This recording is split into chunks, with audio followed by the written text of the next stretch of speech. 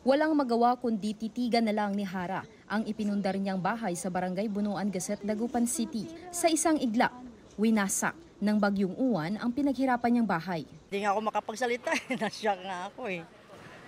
Hindi namin nakalain na ganyan mangyari. Kala namin yung parang dati lang na bagyo. Itinayo malapit sa baybayin ang bahay ni Hara, kaya madaling nawasak nang tumama ang bagyo. Hindi raw alam ni Hara kung paano muli magsimula. Nasira din ang bangkang gamit ni Eduardo sa hanap buhay matapos tangayin ng alon. Akala namin safe na yung mga bangka namin. Di, siyempre, mangimbing yung tulog na, akala namin safe na. Yung pa, inabot pa rin ng alon. Itinumba rin ng bagyo ang cottage na ito. Maging ang ilang bahay sa tabing dagat, hindi nakaligtas sa storm surge. Pinipilit ng ilang residente na bumangon matapos ang bagyo.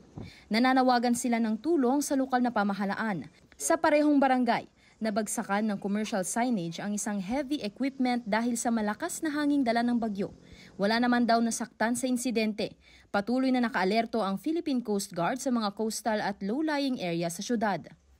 Baha ngayon ang ilang bahagi ng Dagupan City dahil sa storm surge na epekto ng bagyong uwan na sinasabayan pa ng high tide. Dahil dito, nahirapan daw ang mga opisyal ng Barangay Bunuan Gasset na i-rescue ang kanilang mga kabarangay noong kasagsagan ng bagyo.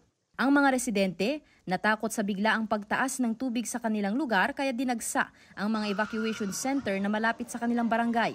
Nasa red alert status pa rin ang Pangasinan PDRRMO. Pinapayuhan pa rin ang mga residente na maging alerto at mapagmatsyag sa anumang banta ng masamang panahon. Kahapon, formal nang idineklara ang state of calamity sa lungsod ng Dagupan dahil sa matinding pinsalang iniwan ng bagyong uwan.